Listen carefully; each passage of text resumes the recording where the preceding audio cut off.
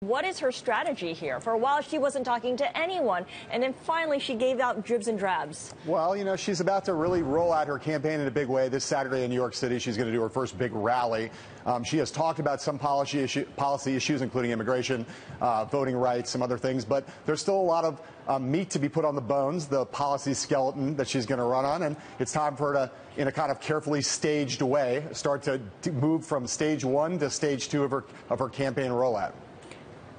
And talking about sort of campaign rollout, former Florida Governor Jeb Bush is traveling to Europe in a capacity of a public official. He's going to Germany, Poland, Estonia, to name a few. So I have two questions. What's the purpose of that? And also, how does that so different from what Hillary Clinton is doing, kind of domestic versus foreign issues? Well, it's the purpose. Look, Jeb Bush is a Republican who has traveled a lot. He's been to a lot of countries. He's made a lot of trips abroad. At the same time, he's never done that as a presidential candidate. The main thing, look, foreign policy is going to be a very big topic this year in this presidential campaign, and particularly among Republicans. And the big differentiating point for Jeb Bush that his campaign is letting people know about is that he's going to take some questions on foreign policy while he travels around to those three places you mentioned. Scott Walker did not do that. Chris Christie largely avoided doing that. Jeb Bush wants to show that he has foreign policy savvy, that he's able to handle himself and answer questions from the press, and he thinks that'll make a difference, and that will show that he's on more firmer footing than some of his rivals.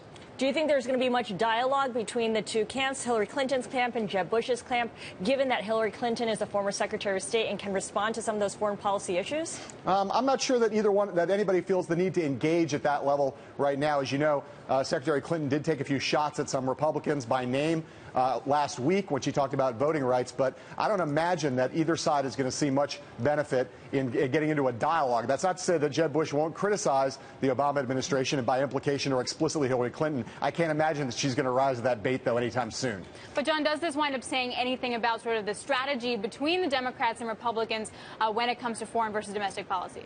Well, look, I think that in both parties, at this moment, that they are mostly focused, the candidates who are running or the candidates who are about to be officially running, are mostly focused on the first step. If you're going to be if you're going to win the presidency, you got to win the nomination in your party. Hillary Clinton understands that. So does Jeb Bush. And so there's not that they're about to focus first on their voters in their parties before they start thinking about framing the general election argument. There's no doubt that a lot of Republicans, though, see a lot of mileage in attacking the Obama administration and, as I said, by implication, Secretary Clinton, because there is a widespread perception that the world is in a lot of trouble and that maybe Obama's foreign policy is where there's a weak spot more than on the domestic front. Just curious, do you know, John, whether Jeb Bush's wife, Colombo, will be joining him on the trip? Because I know that she's been reluctant to engage with the public or at least be a public persona. I do not think she's on this trip. I could be wrong about that, but I'm not sure she's going. I don't know the answer to that, but I promise to have the answer by the time we get to With All Due Respect tonight at 5 o'clock.